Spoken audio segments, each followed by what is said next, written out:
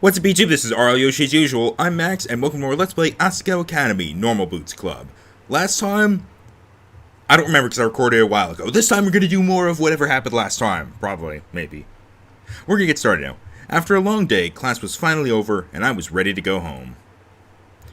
Miss Shizuka still wasn't over her breakup, and Mai complained loudly that she needed a new man so the homework would stop being so killer.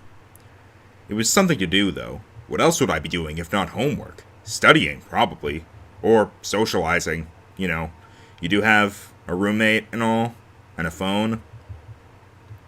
A phone you really shouldn't be able to afford if you're actually as poor as you say you are. Hana, before we go back to the dorms, there's something in A32 that I want to show you. Come. A32? Wasn't that... The Normal Boots Club room? We're not allowed in there. There's no meeting today, so no one is going to be there either.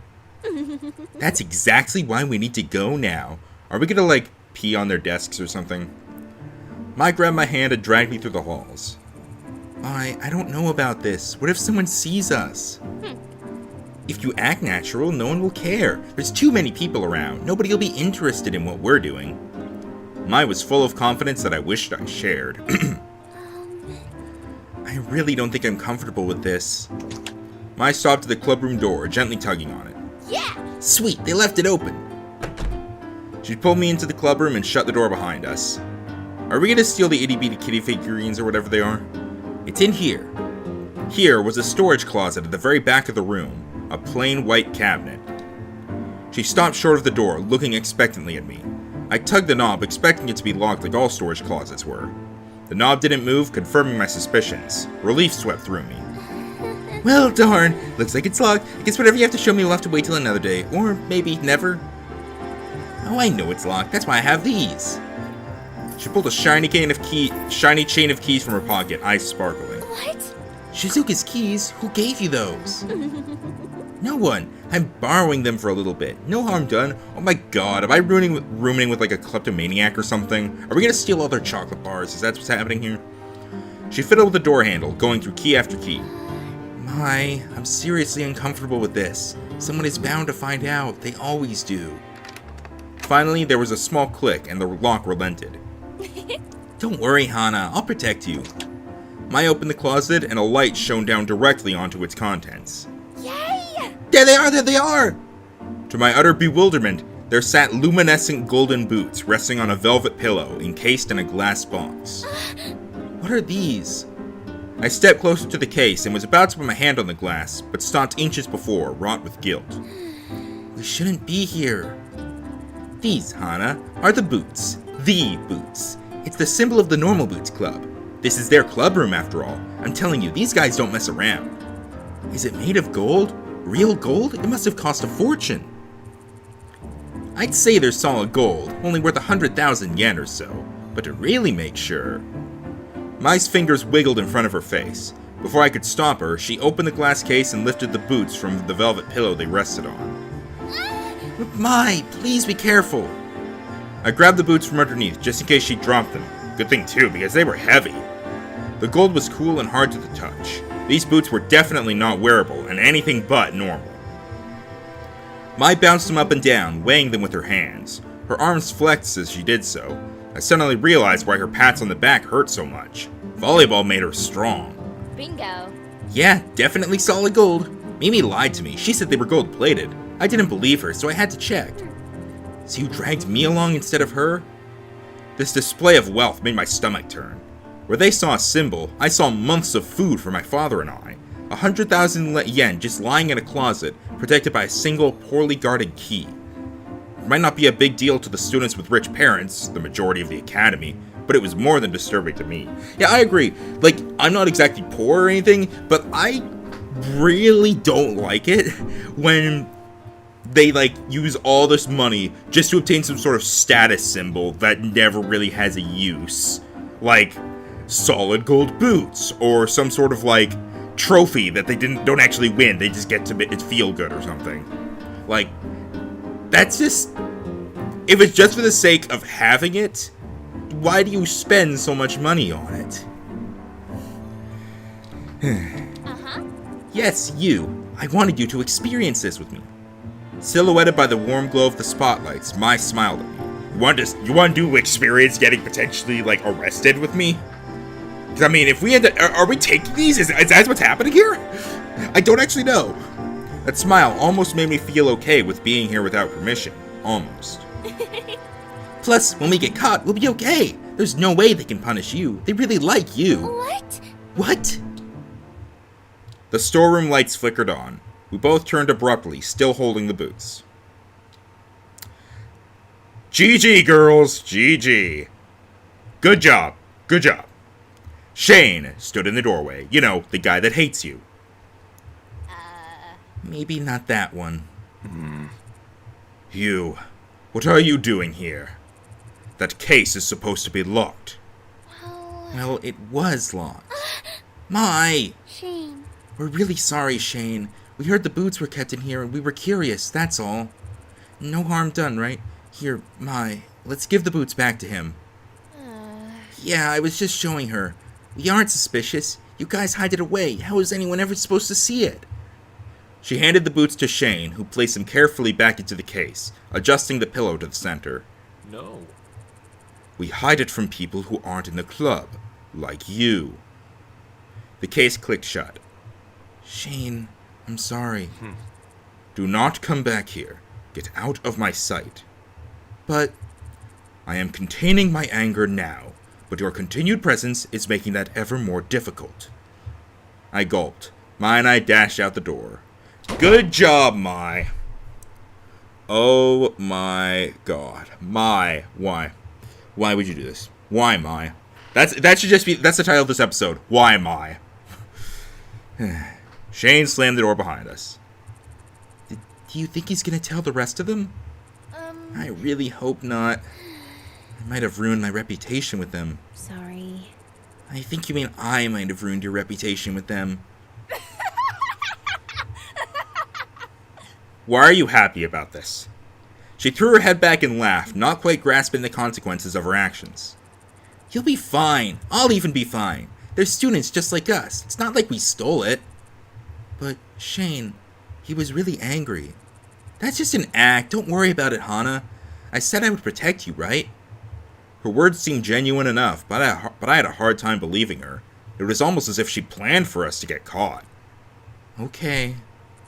Good. Now let's head back to the dorms. That competition is tomorrow, and I do not plan on losing due to lack of sleep. It's pretty bright out. The tournament. I completely forgot.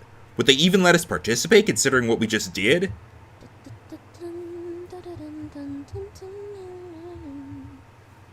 That sounded familiar. Mai hummed happily as she skipped down the hall, somehow impervious to my anxieties. Heart heavy, I followed her. Only time would tell. Saturday dawned bright and harsh. The cloudy light outside mirrored my gloomy mood as I quickly dressed and woke up with Mai. Looks like a pretty bright day outside to me. I mean, then again, limited backgrounds, but still. Hey. Mai, it's time to get up. Why? The video game competition, remember? We're playing Stupendous Stomping Sisters today. Oh my god. Mai shot straight up out of her bed. Oh my god, Jared! I can count with Jared today! She catapulted from the top of her bunk bed and sprinted out into the hallway.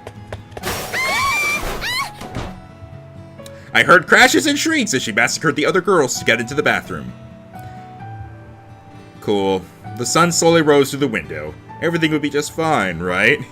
Mai is kind of like me in the sense of being a roommate. Nice and friendly, but seriously gonna get you in a lot of trouble if you keep hanging out. Soon Mai returned, fully dressed and raring to go. Come on, Hana, let's go! She grabbed my hand and dragged me out into the campus commons. Her incessant tugging hurt, but I followed her silently. Even more strangely, she wasn't talking either. Our nerves had gotten the better of us both. We wandered the halls of the boys' dorm, making our way to 402. Oh man, so far away from a missing page.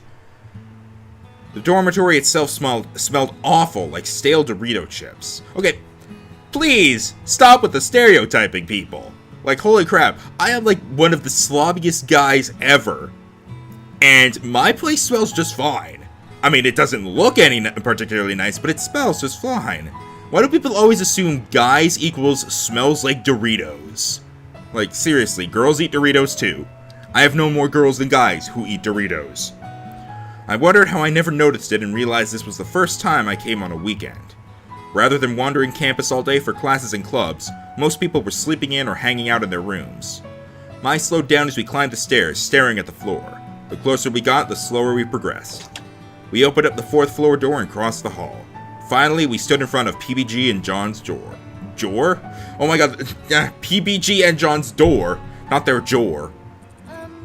You should knock. What? What? Me? You should knock. You got here first. Yeah, but you're their friend. Well, you know them better. But you've got pink hair.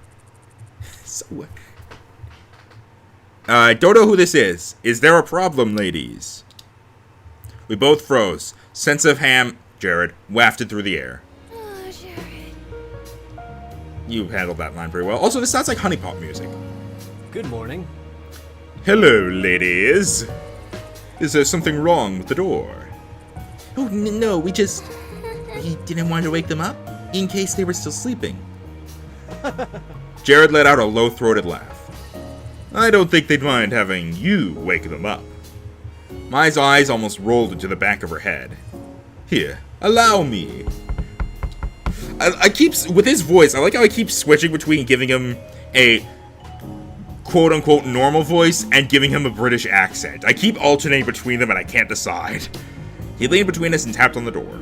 He was surprisingly tall, and being some 10 inches shorter than him, he towered over me. He looked down at me and winked. The door flew open. Hey. Hey guys, glad you could make it. We'll be a bit squished in here, but it's better than nothing. What, we couldn't get the classroom this year? I jumped. Shane stood behind me, expressionless. I didn't even see him come. Yeah, turns out Hidden Block decided to book it for the same day. Wonder what for. John snorted somewhere in the background. I'm not sure your room is better than nothing. Oh, Shane with the zingers! Hey! Shane would probably do finger guns if not for the fact he has no emotions.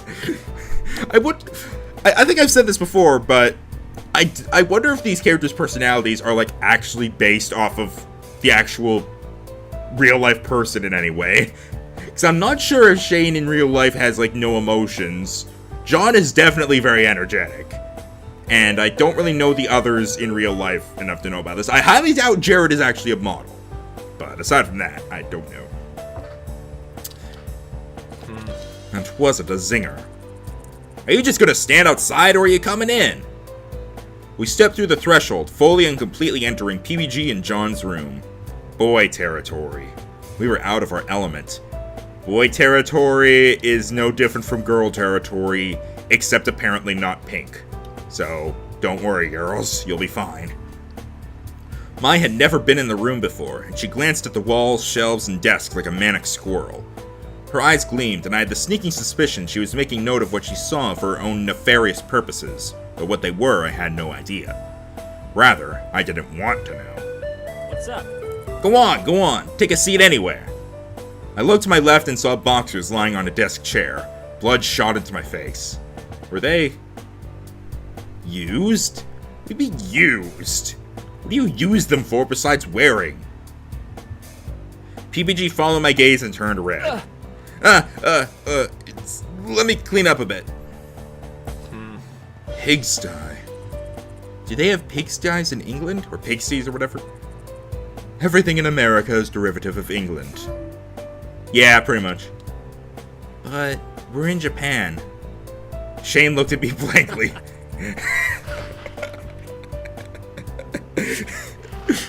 It's like Phoenix Wright or something. No, it's the opposite of Phoenix Wright.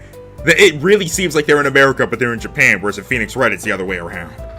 Man, we're so lucky though. Wii U has 8-player Stomp. I'm excited to crush you, Shane. JonTron sucks.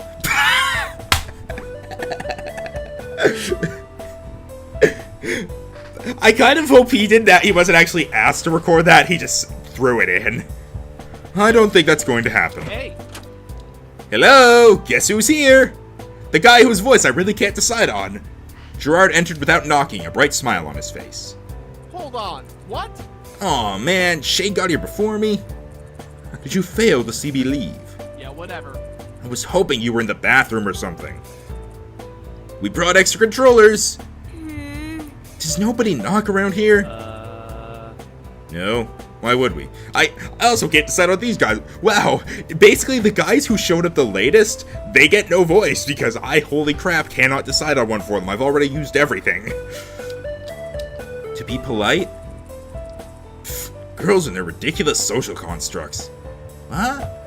An intricate knock clattered through the entryway, and I pointed towards the door in defiance. See? Someone knocks. Good morning. Hello. I brought bagels. Figured we didn't want a repeat of last year. My stomach grumbled and she turned red. That's what I thought. Wait, what? Ah, that's my husband. Okay. What? Yo, what? You're perfect. You're the best partner anyone could ask for. You are truly the best of us. Can't you just ask for one normally? I brought enough for everyone. And I also brought some knives, in case you say you don't like them. Jared leaned his head against Satch's shoulder, then turned to whisper into his ear. I knew I could trust you. Okay, well then, everybody pick a place to sit. We'll hand out bagels and then we'll get started. I scuttled to the side of the room, against PPG's bed and next to mine. We'd been sitting with them at lunch, but it wasn't until just now that I realized how crazy having all the normal boots guys in one room could be. 9 adolescent men in one room. Not to mention all friends, all part of the same club. Their personalities mingled in different ways, and I almost couldn't focus over the myriad inside jokes, shouting voices, and flailing limbs. That is, until the character selection screen came on. In the blink of an eye, the controllers were gone. PPG glanced over at me, and noticing that I didn't have one, offered me his. No, really, I'm not good at these kinds of games. There's no way you're worse than me, or Jimmy for that matter. Seeing as he didn't want to take no for an answer, I grabbed the controller and selected my character, Turby. He was cute and bouncy. Even though he didn't seem super powerful, he looked like an easy enough character for a beginner to grasp. Although, there was something in the eyes and beak that seemed a little... Yeah! Is everybody ready? I swallowed hard, the controller already slippery from my sweat. I never played Stomp before, though I watched others do so. I looked at the buttons on the controller, trying to guess at what button did what. One of the top buttons probably jumped, obviously the analog stick moved the character. They selected a stage, something with cute little houses and smallish animals bopping around the background, and the countdown began. There were buttons on the back that clicked when you hit them, but I didn't know what they did. 3. Oh, there was a weird blue button on the top right, but not on the left. 2. And another analog stick? Is that for the camera? How could we all control the camera at once? 1. Oh no. Go! Die, Shay, die! What the hell? Attack everyone, not just me. But you're my mortal enemy. Josh, what was that for? I wasn't even fighting you. You were wide open and death waits for no one. You're next. The battle began, and in a display of slight mercy, the boys left me alone to wander the field and get a sense of my character. Oh, that does jump! I hit the jump button again, and again, and again, watching my character float higher and higher towards the sky. Yeah. I can fly! My joy was cut short as a Noki ball emerged from nowhere and pegged my pink blob in the eye. I fell off the side of the screen, and despite trying to jump back up, it wouldn't let me. Why? Look at you. Turby can kinda hover for a while, but eventually he gets too full of air and has to land. Otherwise it'd be OP. Oh. When in doubt, down B. Down B? In the commotion of the match, curses and death threats mixing with the clack of controllers, nobody was listening to what Nick was saying. The key to getting someone to hear you in this commotion, it seemed, was shouting their name at the beginning of your sentence. Gerard! Satch! I frowned as my pink little blob fell back onto the map. Following Nick's advice, I hit down D. A cloud appeared over my pink eye and he became a rock. What? What? I don't understand. What would a rock do? I repeated the move multiple times, always turning into a rock of some sort on the ground, never hurting anybody near me. Suddenly an explosion rocked the ground and Turby flew into the air just as I hit down B. No! No! To my surprise, he formed into a rock and fell, directly onto John's head. His Nario was sent flying off the screen and died. You're on my shit list. I'm very sorry.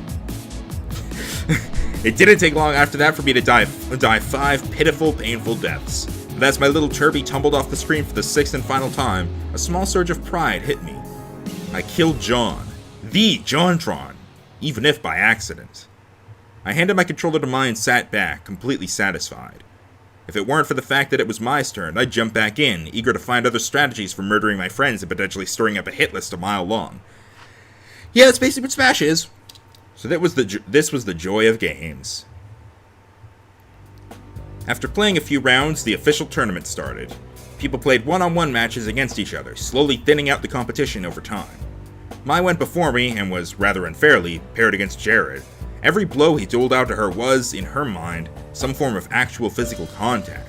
At least, judging by the way she shivered when she hit it was. Unsurprisingly, she died almost immediately. I was the last person set to go against PBG. The others chuckled as we were past the controllers. Don't worry, Hana. PBG's the easiest of all of us. You're bound to beat him.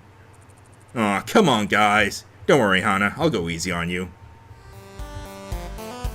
I nodded as PBG picked the most level playing field, a small platform floating out in space. No items, Fox only final destination. The match started and PBG graciously held his players still. Go ahead and test your moves. You're a great friend.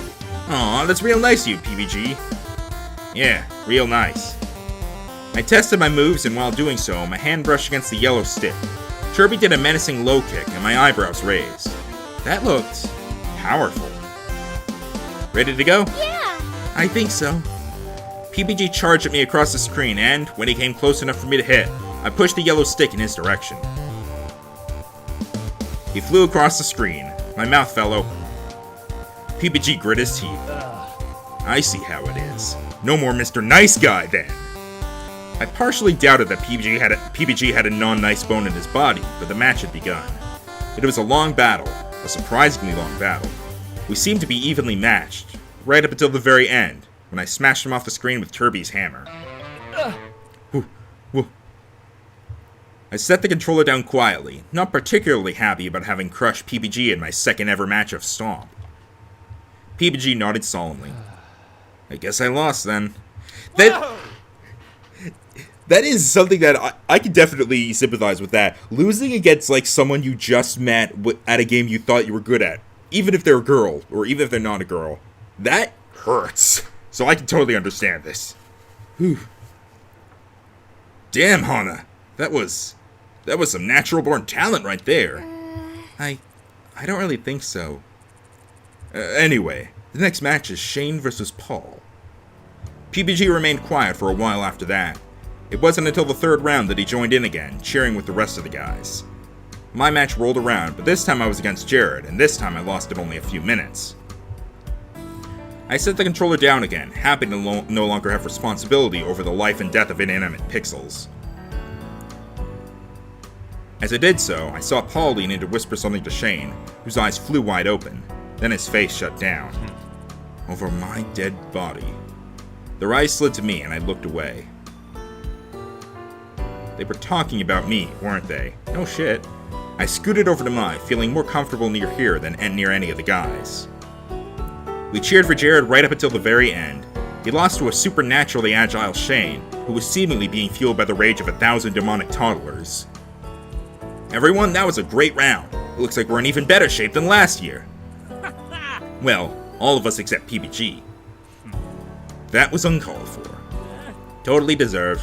Anyways, I'm tired, so get out of my room, please. He grinned broadly, not finding anything wrong with how he summarily dismissed us. Mai and I gathered our things and left the room with the others, who, laughing and joking, dispersed in all different directions. Together, we shuffled home. We fell through the doorway exhausted, with barely enough energy to change into our PJs. Mai leaped onto her bed with a happy sigh. Oh, Hana, I'm so glad you came to Asagao. As if this couldn't have happened without me here. Mai shoved her face into her pillow and emitted a muffled reply. Yeah, whatever you say. I fell onto my bed, staring at the rungs that kept Mai and her mattress from collapsing onto me and smothering me to death at the night. Pleasant thoughts from Hannah. Or Hana, or whatever. That was really fun. Video games are fun, Mai. Really? Really? She shuffled around on top of her bed. I mean, I thought it was okay. It was passable. Didn't know if I'd call it super fun or anything. Really? No, I loved it. If I'm gonna be honest, I don't really understand how... Now let me finish talking on this. I don't understand how anyone can find video games not fun. I can understand how you find some video games not fun, like certain genres. But I feel like for everybody out there, there's at least one genre, or even just at least one game that they would find fun.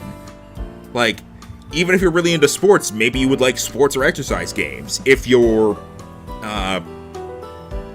like in your older years and you're not really, you don't have particularly good reflexes, that's what party games are for. Or even just video game versions of board games, which is honestly a bit kind of a cheap way to go, but still. I feel like there's at least one game or one game genre for everybody, so the way I see it, I mean, I don't know why you'd be watching a Let's Play channel if you're not into video games, but if you're the type of person who's not into video games, I'd say give a few different ones tries, because you're bound to find one that you like. Like, I'm pretty sure it's guaranteed, because there's so many different kinds. She chuckled. Seems like you found your calling. Ha ha ha. I'm sure I have. Above me, Mai yawned. Let's just go to sleep. Yeah, that. I'm exhausted. Smiling, I got up and turned out our light. Good night. Good night, Hana. Good night, Mai. Well, that's gonna have to be the end of the episode. So, I've been Max, and see you next time for more Asagao Academy. Stupendous Stomp Sisters Club. Whoosh! Boom, boom.